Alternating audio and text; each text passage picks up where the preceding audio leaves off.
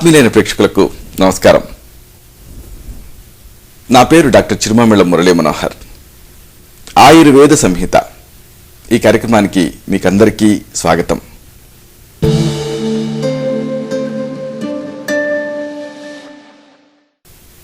ఈ కార్యక్రమంలో ఒక ముఖ్యమైన విషయాన్ని, ప్రాచీన ఆయుర్వేద రహస్యాల్ని తెలుసుకోబోతున్నారు. ఆకలింపు చేసుకొని ఆచరిస్తే ఈ అంశాలు మీ మొత్తం జీవితాన్ని అనూహ్యంగా మార్చేస్తాయి, సంపూర్ణమైన ఆరోగ్యాన్ని తిరిగి పొందేలా చేస్తాయి.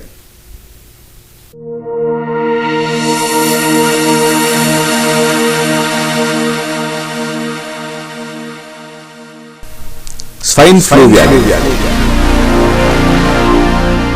ఎంతో మందిని గడగడలాడిస్తున్న సమస్య ఇది. దీనికి సంబంధించి సమగ్ర వివరాలని, ఆయుర్వేద చికిత్సా వ్యూహం, గృహ చికిత్సలు, ఈ మొత్తం సమాచారాన్ని తెలుసుకుందాం.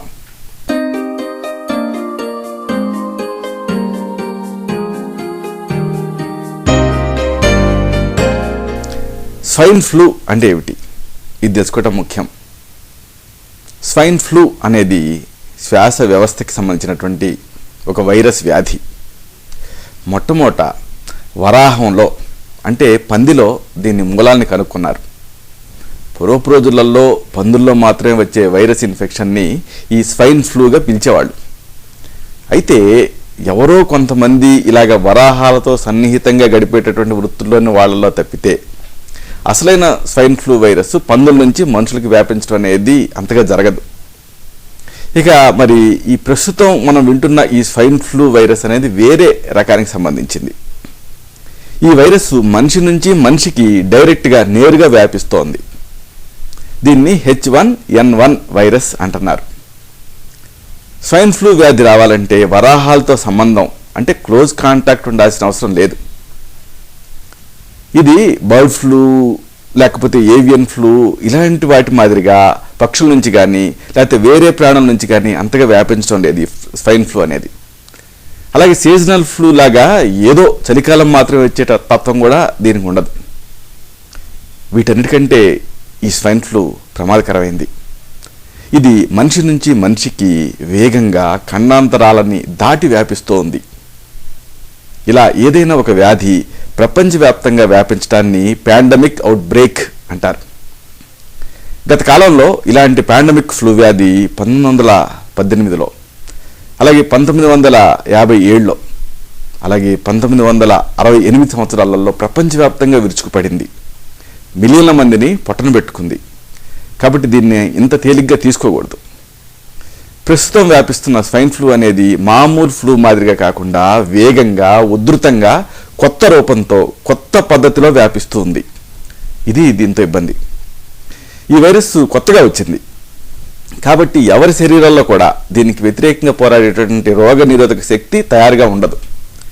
కాబట్టి ఎవరి మీదనైనా ఈ వైరస్ దాడి చేయొచ్చు. చిన్నపిల్లలు, పెద్ద పిల్లలు, యువకులు, వృద్ధులు, వ్యాధి పీడితులు, సంపూర్ణ ఆరోగ్యవంతులు, ఇలాగ ఎవరైనా ఈ వైరస్ బారిన పడేటటువంటి అవకాశం ఉంటుంది. కాబట్టి అందరూ అప్రమత్తంగా ఉండాలి. అయితే ఈ స్వైన్ ఫ్లూ ఎలా వ్యాపిస్తుంది, ఈ వైరస్ ఎలా స్ప్రెడ్ అవుతుంది, ఇది తెలుసుకోవటం చాలా ముఖ్యం.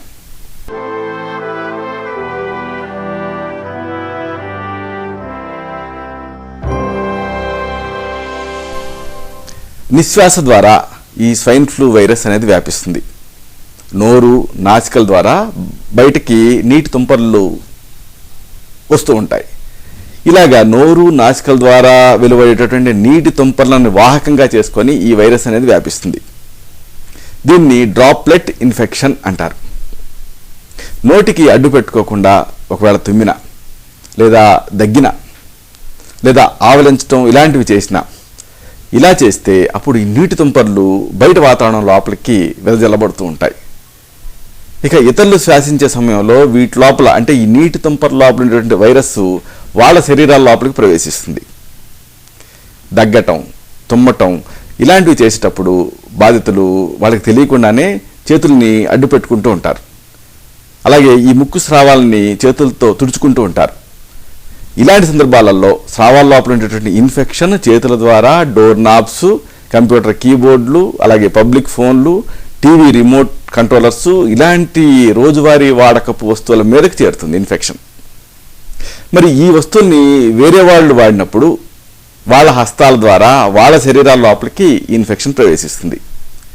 ఈ విధంగా ఇన్ఫెక్షన్ ఒకళ్ళ నుంచి మరొకళ్ళకి వ్యాపిస్తుంది. సరే, మరి స్వైన్ ఫ్లూ అంటున్నాం. ఎలాంటి లక్షణాలు ఉంటాయి, ఎలాంటి సిమ్టమ్స్ ద్వారా ఈ స్వైన్ ఫ్లూని గుర్తుపట్టాలి? ఇది ప్రతి వాళ్ళు తెలుసుకోవాలి.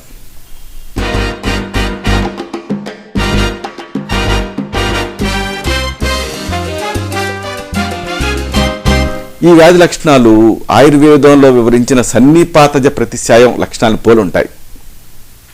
స్వైన్ ఫ్లూలో కనిపించే ప్రధాన లక్షణాలను తెలుసుకుందాం. హఠాత్తుగా జ్వరం వస్తుంది, ఉన్నట్టుండి దగ్గు మొదలవుతుంది, తలనొప్పి ఉంటుంది, బడలికగా ఉంటుంది, చలిచలిగా ఉంటుంది, అలాగే కండరాల నొప్పులుగా ఉంటాయి, చేతులు, కాళ్ళు, అలాగే ఈ జాయింట్లు వీటిల్లో నొప్పి వస్తూ ఉంటుంది, అలాగే నీళ్ళ విరేచనాలు అవుతూ ఉంటాయి, కడుపులో గడబిడగా అనిపిస్తూ ఉంటుంది, గొంతు నొప్పి ఉంటుంది, అలాగే ముక్కు కూడా కారుతూ ఉంటుంది, ఇక విపరీతంగా తుమ్ములు వస్తూ ఉంటాయి, అలాగే ఆకలి తగ్గుతుంది. ఇవన్నీ ముఖ్యమైన లక్షణాలు. సరే, మరి సంక్రామికత నిడివెంత? దీని మీద కూడా అవగాహన ఉండాలి.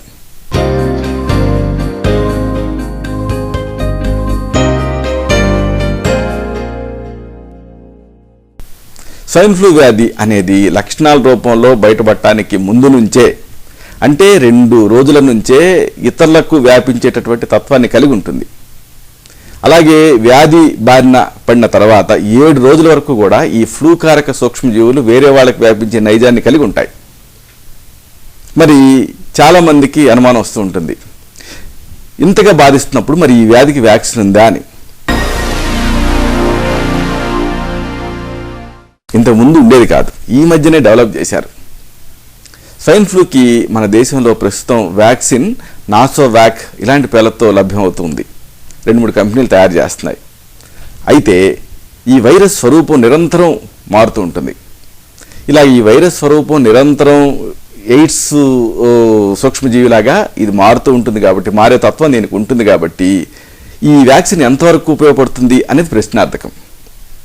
ఈ నేపథ్యంలో నివారణ మార్గాలు, అలాగే వ్యాధి నిరోధక శక్తిని పెంచేటటువంటి ఆయుర్వేద చికిత్సలు ఇవన్నీ కీలక పాత్ర పోషిస్తాయి.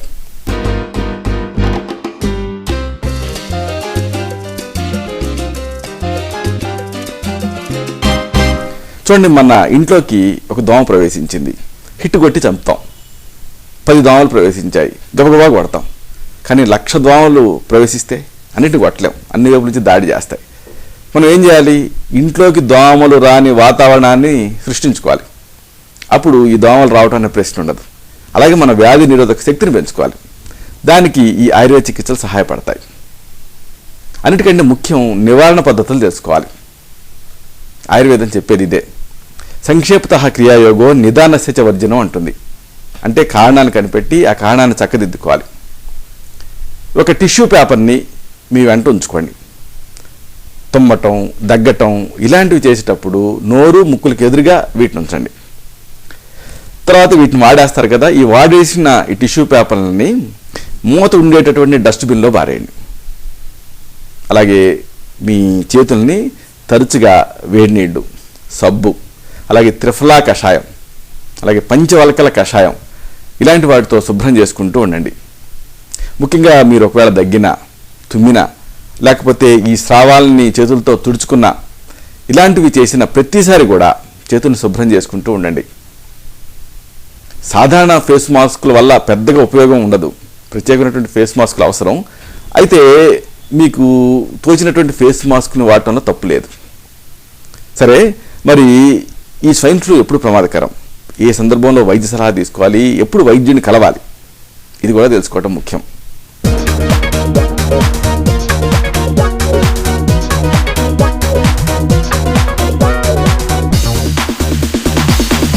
ఈ స్వైన్ ఫ్లూ లక్షణాలు తక్కువ స్థాయిలో ఉంటే పెద్దగా ఆందోళన పడాల్సిన పని లేదు. అయితే లక్షణాలు తీవ్రతరం అవుతుంటే మాత్రం వైద్య సహాయం పొందాలి. ముఖ్యంగా గర్భిణీలు, చిన్నపిల్లలు, దీర్ఘవ్యాధులతో బాధపడేవాళ్ళు, వృద్ధులు, వీళ్ళకి ఈ వ్యాధి తాలూకు ఇక్కట్ల రిస్క్ ఎక్కువ, అంటే ప్రాణ ప్రమాదం కలిగించే రిస్క్ ఉంటుంది. కాబట్టి ఈ ఇలాగ చిన్నపిల్లలు, వృద్ధులు, అలాగే గర్భిణీలు వీళ్ళు జాగ్రత్తగా ఉండాలి. సరే, మరి ఎమర్జెన్సీ ఉంటుంది, అంటే అత్యవసర స్థితిలో వైద్యుడు కలవాలన్నాం కదా. ఈ అత్యవసర స్థితిని ఎలాంటి లక్షణాలతో గుర్తుపట్టాలి, ఇది కూడా మీరు తెలుసుకోవాలి.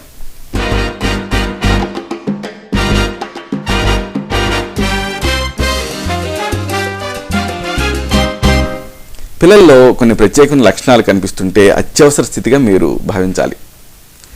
ముఖ్యంగా పిల్లలు ఒకవేళ వేగంగా గాలి తీసుకుంటూ ఉన్నారనుకోండి, అది ప్రమాదం. అలాగే పిల్లల చర్మాన్ని గమనించండి, ఒకవేళ నీలంగా మారితే ప్రమాదం. అలాగే ద్రవాహారాన్ని తీసుకోలేకపోతున్నారు అనుకోండి పిల్లలు, అది ప్రమాదం. అలాగే మగత గమ్మినట్లు ఉన్నా అది ప్రమాద లక్షణం, వైద్య సహాయం తీసుకోవాలి. చైతన్యరహితంగా పిల్లలు కనిపిస్తుంటే, ఇన్యాక్టివ్గా, అది ప్రమాదం. అలాగే వాంతులు అవుతూ ఉండటం కూడా ఒక ప్రమాద లక్షణమే.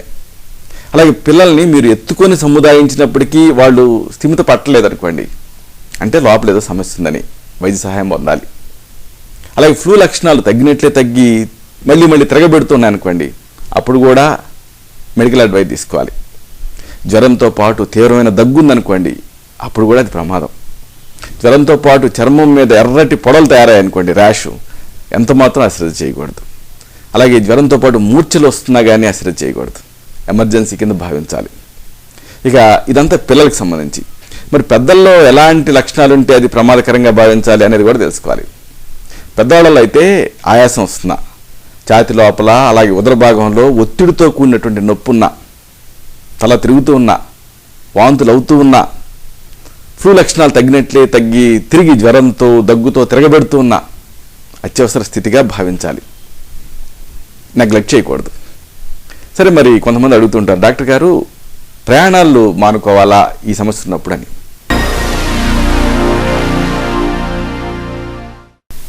అవును, మానుకోవాలి. ఫ్లూ లక్షణాలు కనిపించిన తర్వాత కనీసం వారం పాటు ప్రయాణం చేయకూడదు. ఫ్లూ లక్షణాలు పూర్తిగా తగ్గాయని రూఢీపరుచుకున్న తర్వాత 24 గంటల పాటు ఆగి ఆ తర్వాత ప్రయాణం పెట్టుకోవచ్చు.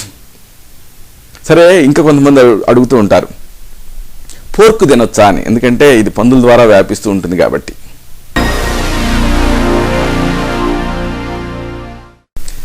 సిద్ధాంతరీత్యా తినొచ్చు, కాకపోతే దాంతో దాని ప్రాసెసింగ్తో చాలా అనారోగ్యాలు పొంచి ఉంటాయి.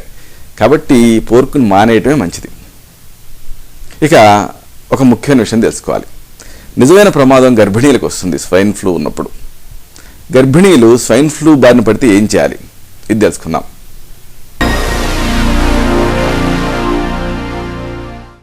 గర్భిణీల మీద స్వైన్ ఫ్లూ ప్రభావం చాలా ఎక్కువ. ఇతర అనారోగ్యాలు కూడా ఉన్నటువంటి గర్భిణీలకి ఈ వ్యాధి వల్ల మరింత ప్రమాదం ఏర్పడుతుంది. ఈ వ్యాధి బారిన పడిన కొంతమంది గర్భిణీలు మరణించిన సందర్భాలు కూడా ఉన్నాయి. గర్భం ధరించిన తొలి నెలల్లో తీవ్రమైనటువంటి జ్వరం వస్తే శిశువుకి అంగవైకల్యం వచ్చేటటువంటి ప్రమాదం ఉంటుంది. తర్వాత నెలలో గర్భస్రావం కానీ, లేకపోతే నెలలు నిండకుండానే ప్రసవించడం కానీ, గర్భంలో శిశువుకి ఊపిరి అందకపోవటం లాంటి సమస్యలు వచ్చేటటువంటి రిస్క్ ఉంటుంది. కాబట్టి స్వైన్ ఫ్లూ బారిన పడిన గర్భిణీలు కొన్ని జాగ్రత్తలు తీసుకోవాలి.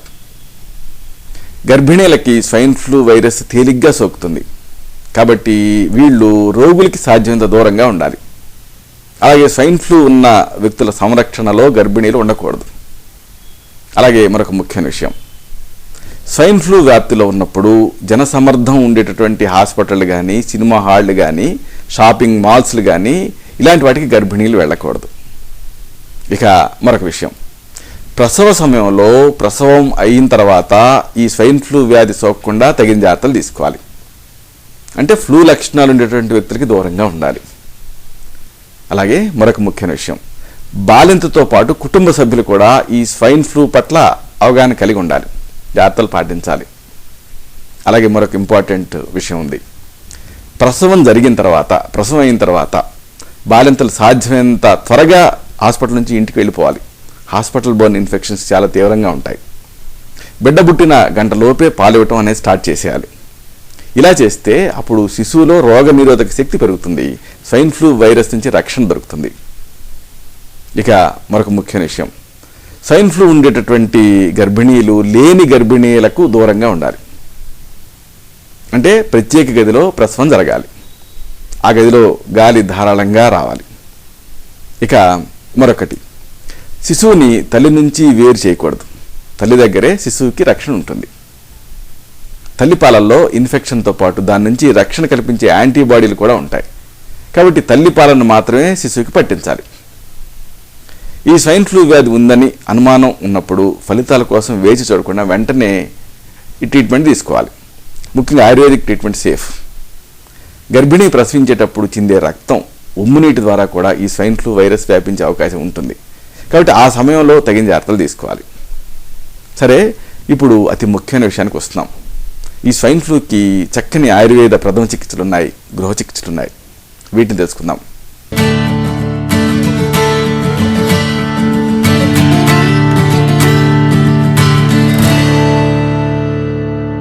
ముందుగా స్వైన్ ఫ్లూని నివారించే ధూపం, దీన్ని తెలుసుకుందాం.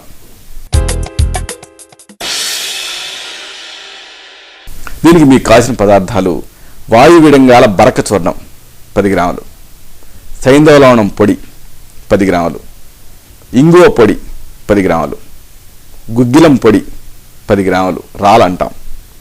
అలాగే వసకొమ్ముల పొడి 10 గ్రాములు. అలాగే మరి ధూపం వేయాలి కదా, తగినన్ని మండే నిప్పులు పొగ వేయడానికి సిద్ధం చేసుకోండి. ఇప్పుడు వీటిని ఉపయోగిస్తూ ఔషధాన్ని తయారు చేద్దాం. ఒక బౌల్లో వీటన్నిటిని తీసుకోండి. అంటే 10 గ్రాముల వాయు విడంగాల బరక చూర్ణాన్ని తీసుకోండి, 10 గ్రాముల సైంధవ లవణం పొడిని తీసుకోండి, 10 గ్రాముల ఇంగువ పొడిని తీసుకోండి, 10 గ్రాముల గుగ్గిలం పొడిని తీసుకోండి, రాల్. అలాగే 10 గ్రాముల వస కొమ్ములు, వజ అంటారు, దీని పొడిని తీసుకోండి. అన్నిటినీ కలిపి నిల్వ చేసుకోండి. దీన్ని ఒక గుప్పెడు తీసుకోండి, నిప్పుల మీద వేయండి, ఇలా విసరండి. దీంతో పొగ వస్తుంది. ఈ ఔషధ ధూపాన్ని ఇళ్ళు, కార్యాలయాలు, సినిమా థియేటర్లు, తరగతి గదులు వీటన్నిటిలో ప్రసరింపజేయండి. అంతే, ఈ స్వైన్ ఫ్లూ కారకమైన వైరస్ దీంతో నిర్వీర్యం అవుతుంది. ఇక మరొక ఔషధం, త్రికటుకాది చూర్ణం.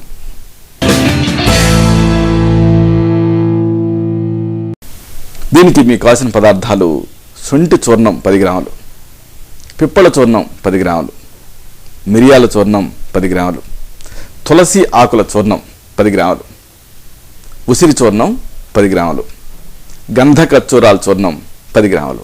ఇలా అన్నిటినీ సిద్ధం చేసుకోండి. ఒక బౌల్లో వీటన్నిటిని తీసుకోండి. అంటే 10 గ్రాముల శొంఠి చూర్ణాన్ని, 10 గ్రాముల పిప్పల చూర్ణాన్ని, 10 గ్రాముల మిరియాల చూర్ణాన్ని, 10 గ్రాముల తులసి ఆకుల చూర్ణాన్ని, యాంటీవైరల్ కింద పనిచేస్తుంది, 10 గ్రాముల ఉసిరి చూర్ణాన్ని, ఇమ్యూనిటీని పెంచుతుంది, 10 గ్రాముల గంధకచ్చూరాల చూర్ణాన్ని, ఇలాగ అన్నిటినీ కలిపి నిల్వ చేసుకోవాలి. దీన్ని ఇంటిల్లపాది కూడా పూటకి 1 నుంచి 3 గ్రాముల మోతాదుగా తేనెతో కలిపి 2 పూట్ల కూడా 20-30 రోజులు రెగ్యులర్గా తీసుకోవాలి. దీన్ని నీళ్ళకి కలిపి టీ మాదిరిగా తయారు చేసుకొని ఆ టీని కూడా తాగుతూ ఉండొచ్చు. ఇది స్వైన్ ఫ్లూ నివారణగా, చికిత్సగా కూడా పనిచేస్తుంది. ఇలాంటిదే మరొక చక్కని ఔషధాన్ని తెలుసుకుందాం, భూనింబ కషాయం.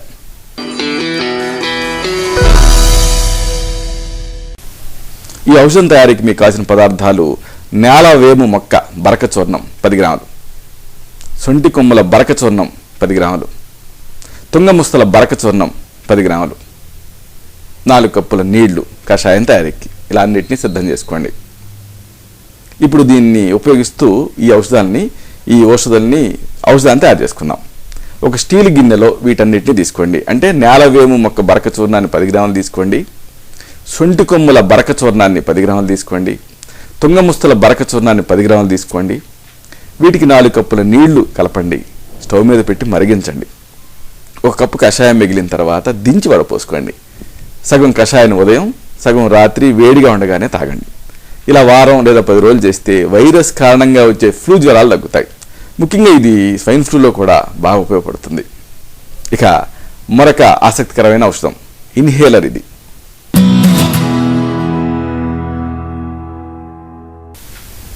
దీనికి మీకు కావాల్సిన పదార్థాలు: వసకొమ్ముల పొడి 5 గ్రాములు, నల్ల జీలకర్ర పొడి 5 గ్రాములు, ఒక దస్తి, దీన్ని మూటగా కట్టడానికి.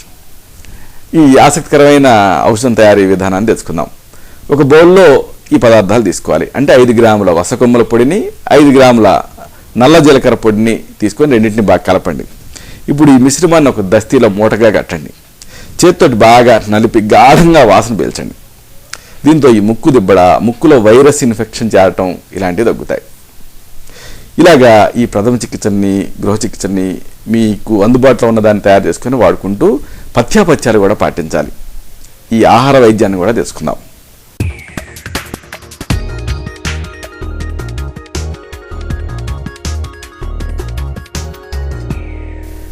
బాగా నీళ్లు తాగండి. శరీర బరువుకి తగ్గట్టుగా ఫ్లూయిడ్స్ బాగా తీసుకోండి. ఉదాహరణకు 80 kgల బరువు ఉన్నటువంటి వాళ్ళు దాదాపు రోజుకి ఒక 4 నుంచి 5 లీటర్ నీళ్ళు తాగాలి. మంచినీళ్ళు ఎంత తాగితే అంత మంచిది. అలాగే ఇతర ఫ్లూయిడ్స్ కూడా బాగా తాగుతూ ఉండండి. దంతధావనం తర్వాత, అంటే పళ్ళు దోముకున్న తర్వాత వెంటనే గోరువెచ్చని నీళ్లతో నోటిని పుక్కిలించి మంచినీళ్ళు తాగండి. ఆ తర్వాత నానబెట్టిన 10 బాదం పప్పులు తినండి. ఎండిన 2 అంజీరాలు, అంటే అంజీర్ పళ్ళని కూడా తినండి. ఇక ఉదయం అల్పాహారంతో పాటు ఒక గ్లాసుడు కమల పండ్ల రసం తీసుకోండి. అలాగే 1 టీ స్పూన్ అల్లం రసాన్ని కూడా తాగండి. ఇక మధ్యాహ్నం పూట మిరియాలు, అల్లం ఈ రెండింటిని దంచి 1 టీ స్పూన్ మోతాదుగా గ్రహించి అర గ్లాసు క్యాబేజీ సూప్కి కలిపి ఆ సూప్ తాగేయండి. ఇక మధ్యాహ్న భోజనం తర్వాత అల్లం నీళ్ళల్లో నానబెట్టినటువంటి పుచ్చకాయ ముక్కలకి కొద్దిగా మిరియాల పొడిని చల్లుకొని తినేయండి. పాలకూర ఇలాంటి ఆకుకూరలతో తయారు చేసిన సూప్ తీసుకోండి. ఇక సాయంత్రం పూట బాదం పప్పులు, ఆక్రోట్ అంటే వాల్నట్స్, జీడిపప్పులు, అలాగే సన్ఫ్లవర్ గింజలు వీటిని కలిపి వేయించి అల్పాహారంలాగా తీసుకోండి. కాస్త రుచిగా తినాలనుకోండి, అప్పుడు వీటికి కొద్దిగా కారం, అలాగే మిరియాల పొడి, అలాగే వెల్లుల్లి రెబ్బలు, ఉల్లిపాయలు, టమాటోలు వీటిని చేర్చి అందులో కాస్త ఉప్పు కలిపి కూడా మీరు తినచ్చు. ఆ తర్వాత అల్లం వేసినటువంటి గ్రీన్ టీ తాగండి, లేదా నిమ్మకాయ టీ కూడా తాగొచ్చు. ఇది ఇమ్యూనిటీని పెంచుతుంది. ఇక అల్లం, మిరియాల పొడి, సన్ఫ్లవర్ గింజల్ని మెత్తగా దంచి ఆ మిశ్రమాన్ని క్యారెట్ జ్యూస్కి కలుపుకొని రాత్రి భోజనం తర్వాత తాగండి. వీటితో ఈ వ్యాధి నిరోధక శక్తి పెరుగుతుంది. ఇక మరొక ముఖ్యమైన విషయం, అసలు ఈ స్వైన్ ఫ్లూని ఎలా నివారించాలి? బాధితులతోటి సంబంధం లేకుండా ప్రతి వాళ్ళు దీన్ని తెలుసుకోవాలి. ఈ నివారణ పద్ధతులు తెలుసుకుందాం.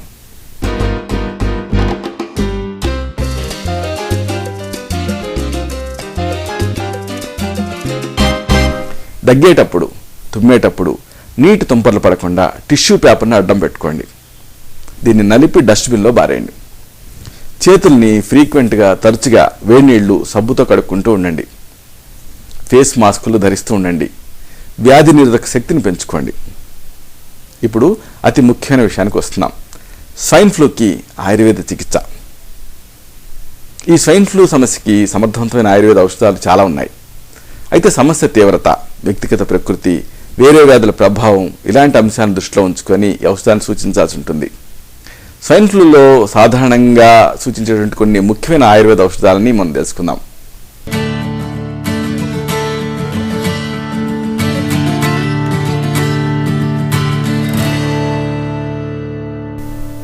సిఠ్యాది చూర్ణం.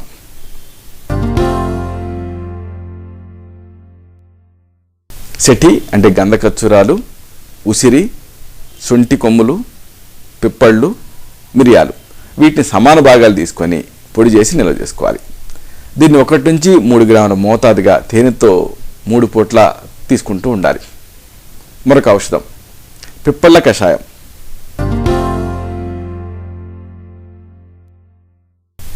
పూటకి 4 చెంచాలు, రోజుకి 3 సార్లు దీన్ని తీసుకుంటూ ఉండాలి. మరొక ఔషధం తుంగముస్తలు, శొంఠి, నేలవేము సమూలం సమానంగా వేసి కాచిన కషాయాన్ని పూటకి 4 చెంచాల చొప్పున రోజుకి 3 సార్లు తీసుకుంటూ ఉండాలి. మరొక ఔషధం లక్ష్మీ విలాస రసం 60 నుంచి 120 మిల్లీగ్రాముల చొప్పున తేనెతో రోజుకి 3 సార్లు తీసుకుంటూ ఉండాలి. మరొక ఔషధం త్రిభువనకీర్తి రసం 60 నుంచి 120 మిల్లీగ్రాముల చొప్పున తేనెతో రోజుకి 3 సార్లు తీసుకుంటూ ఉండాలి. మరొక పాశుపతాస్త్రం సుదర్శన చూర్ణం. దీన్ని 1 నుంచి 3 గ్రాముల మోతాదుగా వేడి నీటితో రోజుకి 3 సార్లు తీసుకోవాలి. మరొక ఔషధం తాళిసాది చూర్ణం. దీన్ని 1 నుంచి 3 గ్రాములు రోజుకి 3 సార్లు తీసుకుంటూ ఉండాలి. మరొక సమర్థవంతమైన ఔషధం నాగగుటి మిశ్రణం. అంటే లవంగాది వటి 1 భాగం, సమీర పన్నగ రసం 2 భాగాలు, చౌశిష్ట పిప్పలి 4 భాగాలు, వీటిని కలపాలి. దీన్ని పూటకి 500 మిల్లీగ్రాముల మోతాదుగా తేనెతో కలిపి రోజుకి 3 సార్లు వాడుకుంటూ ఉండాలి. మరొక మంచి ఔషధం లక్ష్మీ విలాస మిశ్రణం.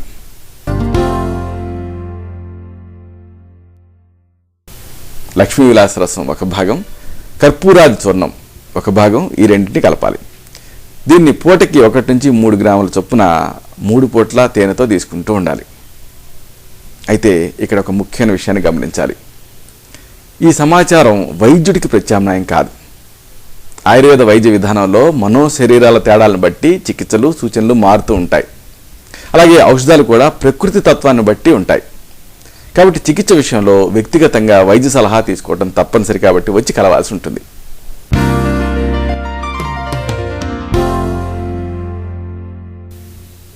చూశారు కదా, ఇది విషయం. ఈ కార్యక్రమం మీకు ఉపయోగపడిందని, ఉపయోగపడుతుందని ఆశిస్తాను. అలాగే ఇందులోని విషయాల మీద మీకు అవగాహన పెరిగిందని భావిస్తాను. దీనిలోని విషయాలు నలుగురికి చేరేలాగా, 10 మందికి ఉపయోగపడేలా మీ వంతు సహాయం మీరు చేయండి.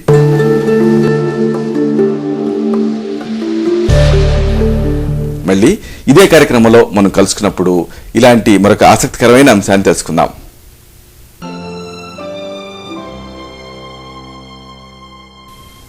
శతం జీవ శరదో వర్ధమానః, శతం హేమంతాన్ శతం వసంతాన్. 100 శరత్తులు, 100 హేమంతాలు, 100 వసంతాలు వర్ధిల్లుతూ జీవించండి.